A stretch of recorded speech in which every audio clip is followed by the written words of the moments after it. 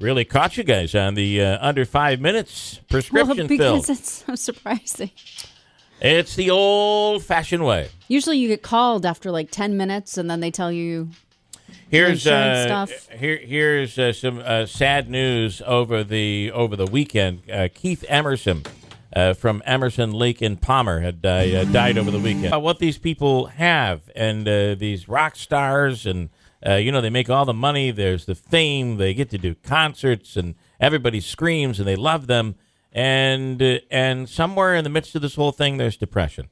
As Keith Emerson committed suicide at his home in Los Angeles last Thursday by shooting himself. He was 71 years old.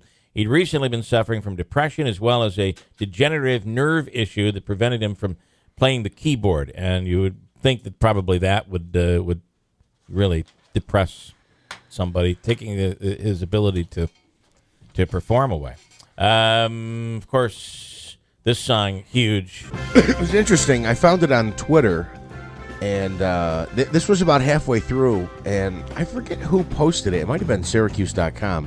One of the reporters said, hey, listen, this guy tweeted out a bracket claiming it was leaked, and halfway through, he's 100% correct. So I went and took a look at it. That was where I found out Syracuse was actually in. Yeah. And then all the other teams and who they would play.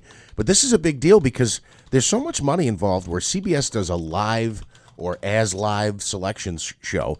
They're unveiling it, supposedly to the public for the first time during this event. And then, of course, ESPN follows it up at 7 o'clock with their bracketology. Yeah. So I think CBS pays big bucks for the rights to be the first to unveil that. And however it was leaked, I know the NCAA is. So there's got to be an investigation, and most likely a criminal investigation, right? I mean, how does somebody get in? Did they hack in to get the information? Did somebody leak it? I mean, that's pretty big.